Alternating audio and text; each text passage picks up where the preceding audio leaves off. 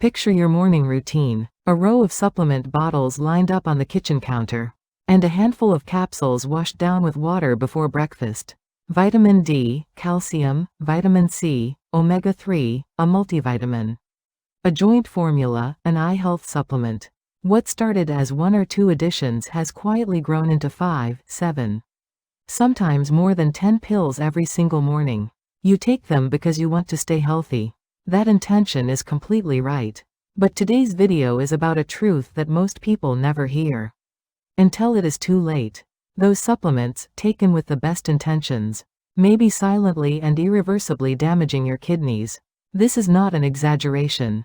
Research following large numbers of people with chronic kidney disease found that roughly 1 in 5 patients was regularly taking supplements that are potentially harmful to the kidneys, and almost none of them knew it. The kidneys are particularly vulnerable in this situation because they never send an alarm signal. Kidney function can fall to 50%, even 30%, with no pain, no clear warning, and no obvious symptoms. By the time fatigue, leg swelling, foamy urine, or breathlessness appear, serious and often irreversible damage has already taken hold. For seniors over 60, the risk is even higher. Kidney filtration capacity naturally declines with age, and the liver processes supplements more slowly than it did decades ago. The same dose that is harmless at 40 can be damaging at 70. The first combination to understand is vitamin D and calcium together at high doses. These are the 2 supplements most commonly taken by older adults for bone health, and the reasoning makes sense. But the danger lies in how much and how they interact. Vitamin D is fat-soluble, meaning it accumulates in body tissue rather than being flushed out daily. When vitamin D levels rise too high, calcium absorption surges, pushing blood calcium to abnormally elevated levels. This condition, called hypercalcemia, causes excess calcium to deposit in kidney tissue. Over time it hardens into what is called nephrocalcinosis, a progressive calcification of the kidney's filtering structures that cannot be reversed. Multiple large clinical trials have found that long-term calcium and vitamin D supplementation increases the risk of kidney stones by up to 20%. Vitamin D taken at doses above 10,000 IU daily over extended periods has been directly associated with rising creatinine levels and measurable decline in kidney function. A safe daily range for most people is between 1,000 and 2,000 IU, confirmed by a blood test. Calcium supplementation is safest when taken in small, divided doses with meals rather than as a large single daily dose, and ideally from food, rather than supplements whenever possible. The second supplement that damages kidneys far more than most people realize is high-dose vitamin C. It carries an image of being completely safe, even beneficial in large amounts. That image is the problem. When the body metabolizes vitamin C, a portion is converted into oxalate and filtered out through the kidneys. At normal doses this is not an issue. But when vitamin C intake exceeds 1,000 mg daily, the amount of oxalate flooding through the kidneys rises sharply. Oxalate combines with calcium in the urine to form calcium oxalate crystals, which are the most common type of kidney stone.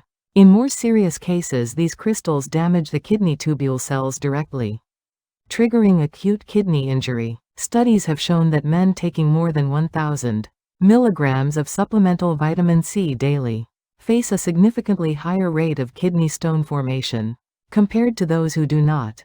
For seniors with already reduced kidney function, the threshold for harm is lower still. A safe supplemental dose for most people is between 200 and 500 mg daily. If your kidney function has already declined, even that amount should be discussed with your doctor. Third on the list is high-dose protein powder and creatine. The awareness of sarcopenia, the age-related loss of muscle mass, is growing, and many seniors are now adding protein supplements and creatine to their routines. The goal is entirely correct. But for anyone with reduced kidney function, high protein supplementation significantly increases the metabolic burden on the kidneys. Every gram of protein the body processes generates nitrogenous waste, primarily urea and creatinine. These waste products must be filtered out by the kidneys. when kidney function is already impaired. Flooding it with extra protein waste accelerates the very damage you are trying to prevent. Creatine supplementation is generally safe for healthy adults, but it raises creatinine levels in the blood, which can obscure the accuracy of kidney function tests, and adds measurable strain for those with pre-existing kidney impairment. For seniors with diabetes, high blood pressure, or known kidney disease, protein supplementation should come from natural sources such as eggs, fish, and tofu rather than concentrated powders, and creatine use should be discussed with a physician before starting. The fourth and perhaps most underestimated danger is herbal and so-called natural supplements. The word natural creates a false sense of safety. One of the most destructive nephrotoxic substances known to kidney specialists worldwide is aristolochic acid, a compound found in certain traditional herbal remedies and some detox tea products. It attacks kidney tubule cells directly, causes irreversible DNA damage, and triggers progressive kidney fibrosis. Research has shown that more than 60% of people exposed to aristolochic acid ultimately develop end-stage kidney failure. It is also a recognized cause of urinary tract cancers. Other herbal ingredients including high-dose licorice root, certain traditional botanical preparations, and concentrated cranberry extract taken over long periods can raise oxalate levels or disrupt electrolyte balance in ways that harm the kidneys. Always check the full ingredient list of any herbal supplement before taking it and ask a pharmacist or physician to review it for kidney safety. Natural does not mean harmless. The fifth and most common problem is unintentional overdose through overlapping supplements. Many people take a daily multivitamin alongside separate vitamin D, vitamin C, a lutein eye formula that also contains vitamin A and C, and a collagen product that adds more vitamin C on top of that. Without intending to, the total daily dose of a single nutrient can reach 3, 5, or even 10 times the recommended amount. Fat-soluble vitamins like A and D accumulate silently. Electrolyte supplements and superfood green powders often contain significant amounts of potassium and phosphorus, both of which are dangerous for anyone with declining kidney function, because the kidneys lose their ability to excrete them efficiently.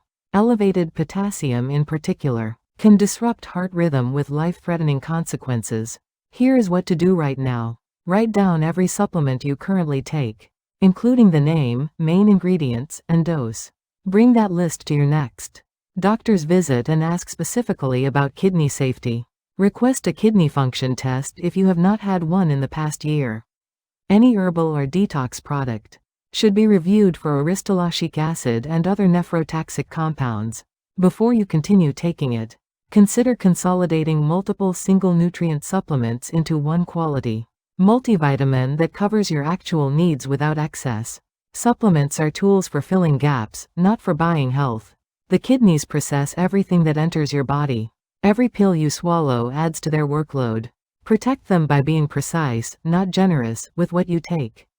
If this video helped you, please subscribe and share it with the seniors in your life. It may be the most valuable health conversation you start today.